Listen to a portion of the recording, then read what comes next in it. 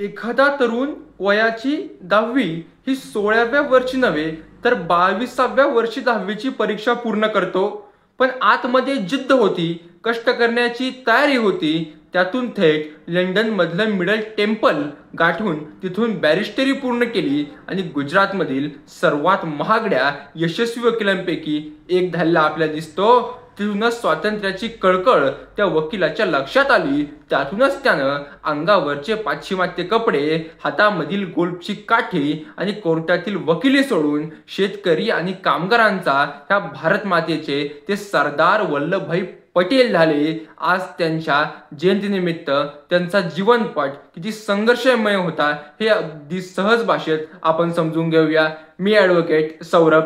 सरदार वल्लभभाई पटेल यांचे वडील झेवरबाई 1857च्या उठावामध्ये सहभागी झालेले होते. त्यामुळे वल्लभभाईंना संघर्षाचा वारसा घरातूनच मिळालेला होता. वयाच्या 22व्या वर्षी अत्यंत उशिराने पटेलांची 10वी पूर्ण झाली. पण त्यांच्या संघर्षातून पुढे जाऊन त्यांनी लंडनमध्ये शिकायला ते गेले. शिकायला जात असताना देखील त्यांच्या वाट्याला असंख्य अडथळे आले. त्यांच्या जागेवरती चुकून व्ही पटेल म्हणजे वल्लभभाई पटेल यांच्याऐवजी त्यांचे मोठे बंधू विठ्ठलभाई पटेल यांना गृहीत धरण्यात आलं आणि त्यांचे मोठे बंधू वल्लभभाई पटेल हे बॅरिस्टरसाठी मिडल टेम्पलमध्ये म्हणजे अर्थातच लंडनमध्ये गेले. मग त्यानंतर वल्लभभाई देखील त्यांच्या मागून बॅरिस्टरची डिग्री प्राप्त करण्यासाठी मिडल टेम्पलमध्ये गेले आणि त्याच विद्यापीठातून त्या अगोदर गांधीजी बॅरिस्टरजींना हे देखील बॅरिस्टर झाले होते. अत्यंत यशस्वी वकील म्हणून पटेल नावारूपाला आले. गुजरातमधल्या सर्वात महागड्या वकिलांमध्ये त्यांचं नाव त्या काळी होतं. पण 1946 साली गुजरातमधल्या एका क्लबमध्ये गांधीजी आणि पटेल यांची भेट पहिल्यांदा झाली. तेव्हा पटेल येथे गोल्फ खेळत होते. पण सुरुवातीला पटेलांना गांधींचा विचार हा मुळीच आवडला नव्हता. काही लोक त्यांना महात्मा मानायचे.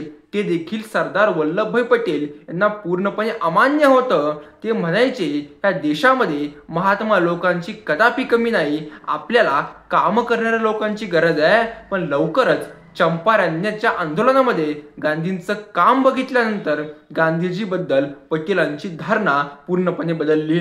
एवढंच काय तर असहकार आंदोलनापासून प्रभावित होऊन आपलं अत्यंत उत्कृष्ट चाललेली वकिली त्यांनी सोडली. संपूर्ण पोशाख, गोल्फची काठी त्यांनी बदलली आणि खेडा आंदोलनामधून तर ते गांधीजींच्या अत्यंत जवळ आले. व 1928 मध्ये बारडोली सत्याग्रहाचे संपूर्ण नेतृत्व पटेल यांनी केले. इंग्रजांनी 30% जो कर लावला होता तो पटेल यांनी मागे घ्यायला इंग्रजांना मजबूर केले. यातच त्यांना शेतकरी महिलांनी सरदार म्हणजे नेता ही उपाधी दिली. गुजरातचे सरदार वल्लभभाई पटेल आता 1931 साली पहिल्यांदा व शेवटच्या वेळेस काँग्रेसचे अध्यक्ष झाले. तेव्हा गुजरातचे सरदार आता देशाचे सरदार वल्लभभाई पटेल झाले होते. त्याचा एक किस्सा म्हणजे पटेल यांची इंग्रजी एवढी प्रभावी होती की इंग्लंडचे पंतप्रधान विन्स्टन चर्चिल यांच्याशी पत्रव्यवहार करत असताना स्वतः विन्स्टन चर्चिल म्हणतात, तुमच्या एवढ्या स्वच्छ आणि स्पष्ट इंग्रजी बघून मला माझ्या इंग्रजीची लाज वाटते. तर पुढे आपण बघितलं स्वातंत्र्याचा कालखंड बघितला तर 15 ऑगस्ट 1947 ला भारताचा स्वातंत्र्य मिळणार होतं. त्या अगोदर अंतरिम सरकार स्थापन करण्यात आली.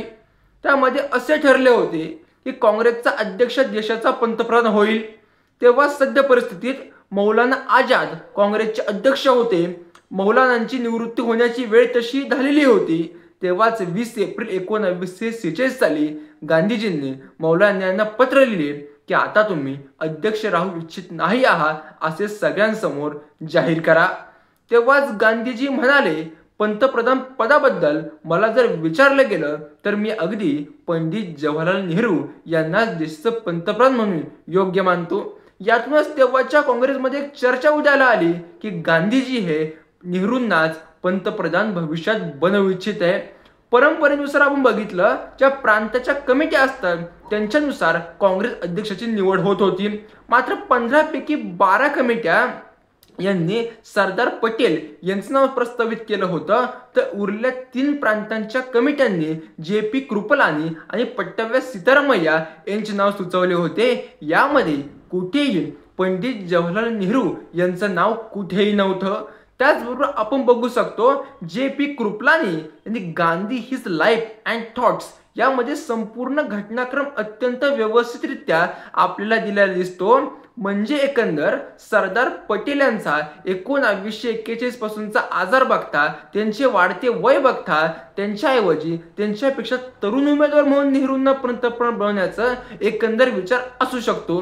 कारण पटेल यांचे सचिव व्ही शंकर त्यांच्या आत्मकथा रेमिनेस मध्ये लिहितात की 1948 मध्ये पटेल काही गोष्टी विसरत चालले होते. तर त्यांची मुलगी मणीबेन ही म्हणते की त्यांना कमी ऐकू येत होतं, ते लवकर त्यांना थकवा जाणवत होता, ते थकून जात होते पहिल्यापेक्षा, असं स्वतः त्यांची मुलगी मणीबेन म्हणतात. अशा सगळ्या बिकट परिस्थितीमध्ये सुद्धा 565 संस्थांना एकत्र करून भारत नावाचा आज जो देश तयार झाला तो फक्त सरदार वल्लभभाई पटेल यांच्यामुळे.